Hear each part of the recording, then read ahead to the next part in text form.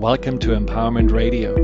My name is Dr. Friedemann, and I'm so glad that you decided to join me. Empowerment Radio is about giving you the insights, tools, and solutions to address some of the most challenging aspects of our daily lives. So sit back, relax, and empower yourself. Well, we are talking about how to lose and how to find your confidence again, and especially when you are a woman, because this is what my guest, Kate McGuinness, the author of Confidence Lost, Confidence Found, has been, finding herself and has been writing in her book about, as you could say, a handbook on how to do that, how to rebuild your confidence. But before we are delving into this, Kate, so what is confidence? What is your definition of confidence? I believe that confidence is having the belief that you can generally accomplish what you set out to do. Not everything, but you can generally accomplish what you want. And why is it that women have less confidence? Now, I'm not generalizing, but I think it's pretty well known that often women struggle more with confidence than men. And I think there are even some research and statistics about that. So what is the reason for that? Well, I know from your medical background, I'm sure you probably know as much and more about that than I do, because I've really delved into it. And I think a lot of it we could talk about, as you did at the introduction, societal reasons. And women are trying to play, whether it's play at work or play at home or on the field, in areas where they were treated as outcasts, literally for centuries. So they have that against them. But really, I think more basically, it has to do with biology.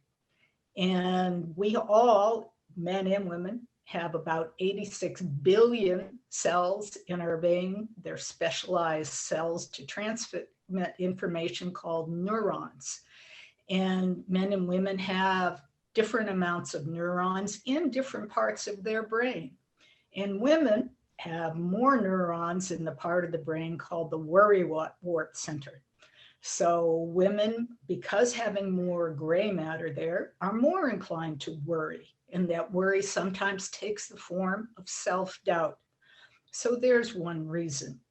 And when we go back to brain structure, I would say that men have a lot more serotonin than women do. And serotonin really is a calming balm.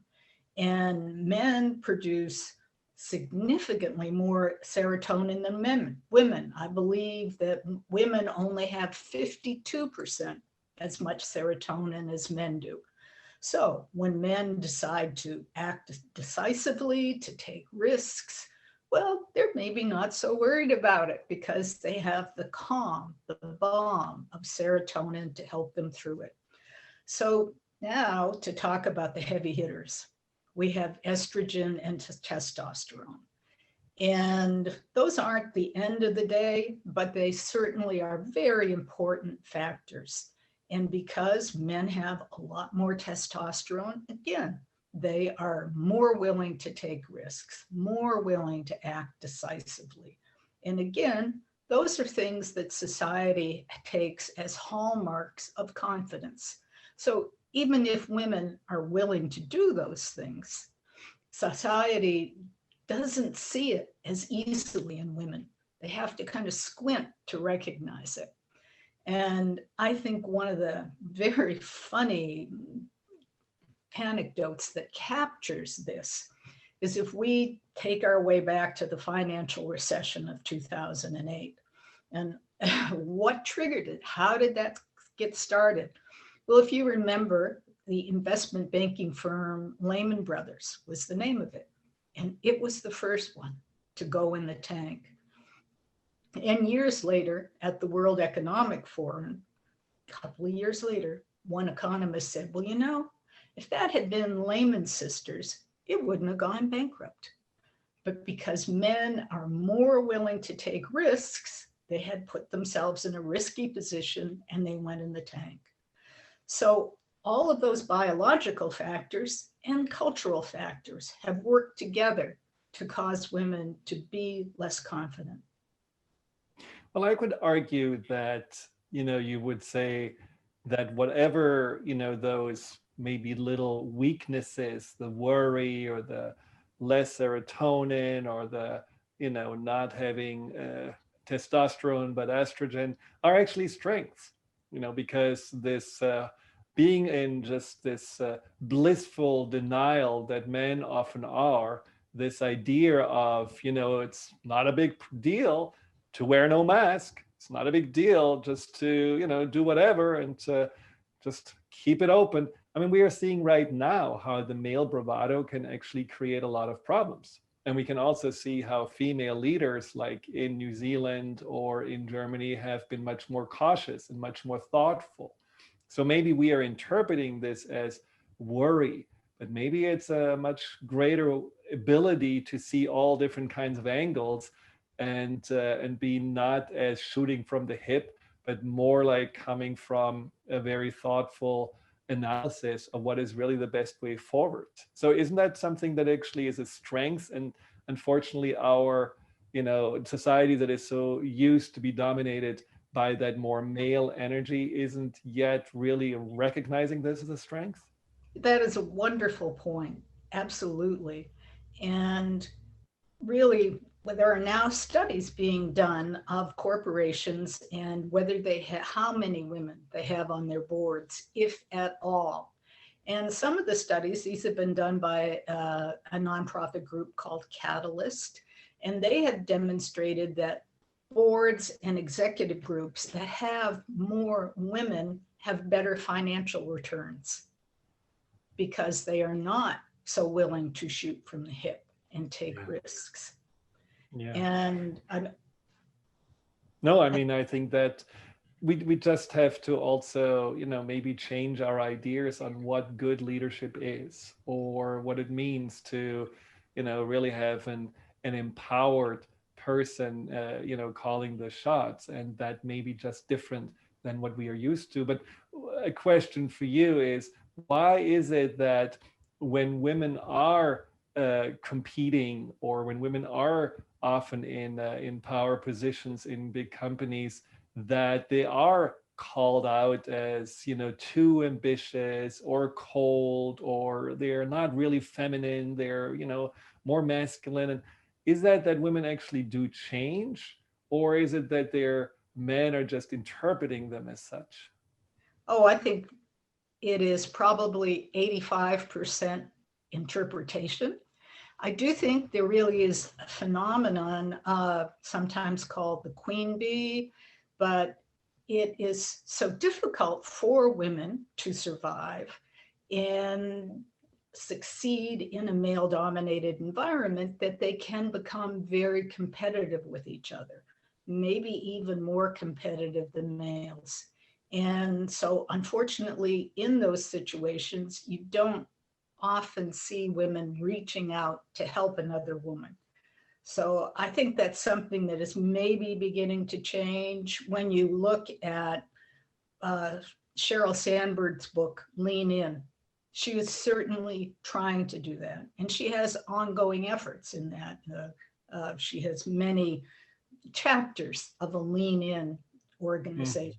Now, we can admire that without admiring what's going on at Facebook. I was just about to say she's just working for the wrong company, unfortunately, but that's another story. But what would you define, and who would you define as a confident woman? Someone that you would say this is a role model of female confidence. Oh my goodness. Right now, I would say Nancy Pelosi. Wow. And what makes her, in your mind, a confident woman that you feel is a good role model? Well, in terms of what action she's doing now, it seems like she is, I would say, hanging tough in negotiations with the Trump administration about a stimulus package. She has really, I think, done a marvelous job of that.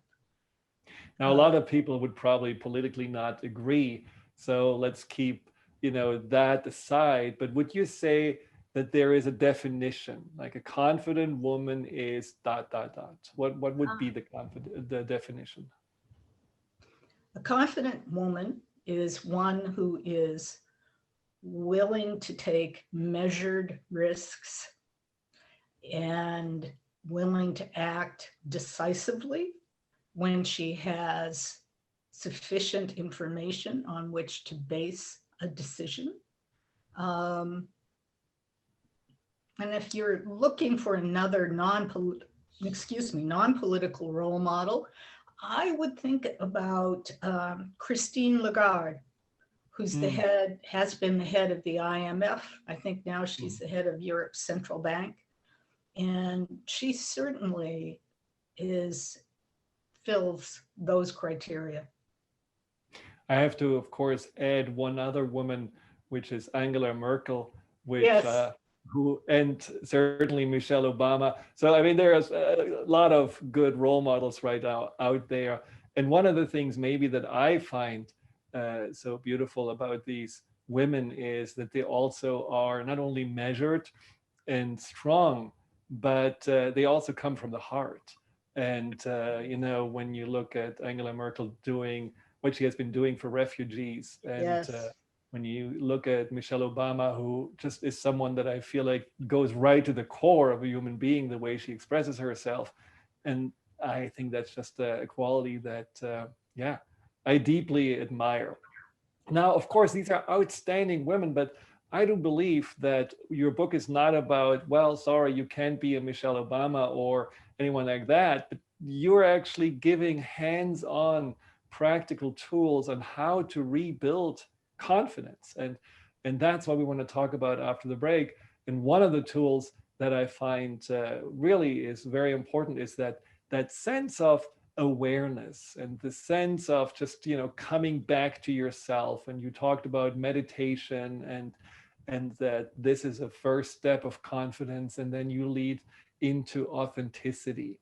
And what is actually authenticity? So we'll be right back after the break with that and more on how to rebuild your confidence. So stay tuned. Hi, Dr. Friedemann here. Thank you for tuning into my YouTube channel. If you're interested in learning more about fear and anxiety, here you'll find guided meditations, webinars, and interviews with some of the most renowned experts in the field of empowerment. Delve into the over 230 videos and more to come every week.